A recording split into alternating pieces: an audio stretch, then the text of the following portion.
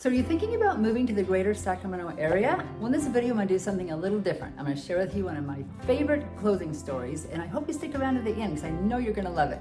So let's do it.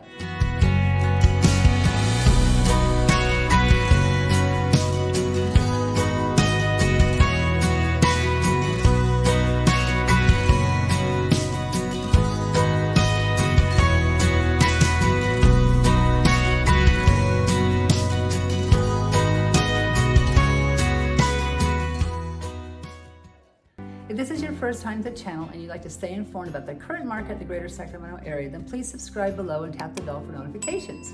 My name is Carla and I'm with the Gold Group Realty, and I would love to have the opportunity to help you find your new home in the Greater Sacramento area. So please reach out to me. My contact information is in the description below. Well, one day I was out door knocking in a community and I came across a man that was washing his car in his front yard.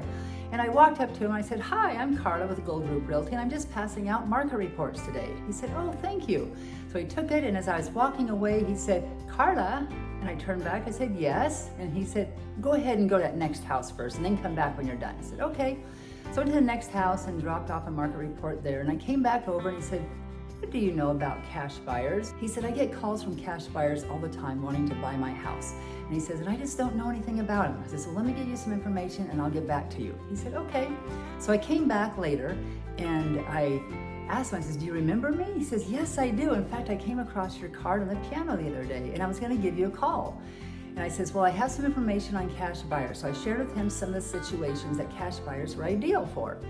And he had this long wooden flute out on a table outside, and I asked him what it was. He says, "Well, I play Native American wooden flute." I says, "Well, how beautiful." So he showed me a couple of songs on it and had a beautiful, smooth, rich tone to it. And he went to the house and he got a couple of more different size flutes out and he was playing them for me. He says, I said, "I play the violin." He says, "Maybe I can come play music with you sometime."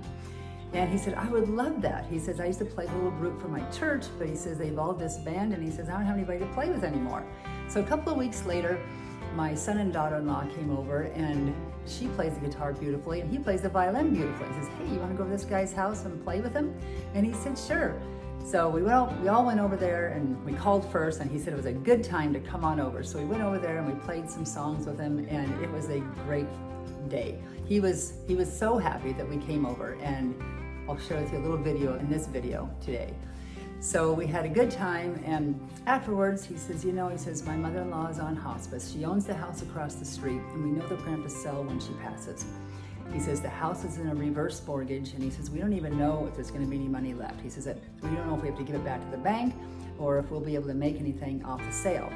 So for those of you who don't know what a reverse mortgage is, it's when you have so much equity in the house that you can stop making the payments on the house, and instead of the house getting paid off, it starts going the other direction where you start owing money on it.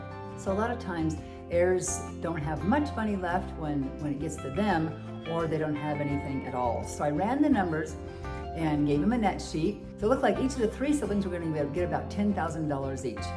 So he hung on to that, and a couple of weeks later he called me. He says, "Mom just passed."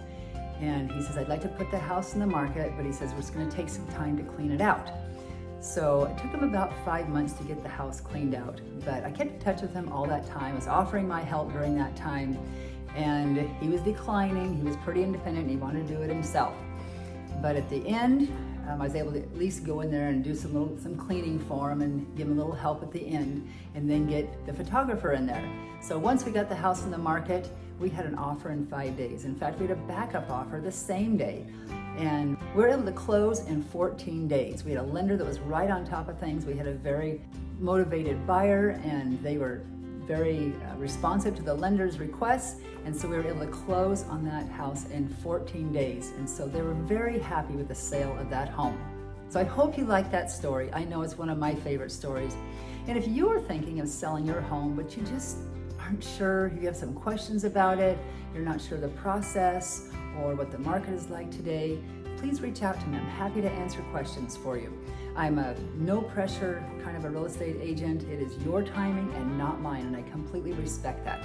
So if you have any questions, please reach out to me. My contact information is in the description below. And until then, I will see you around town.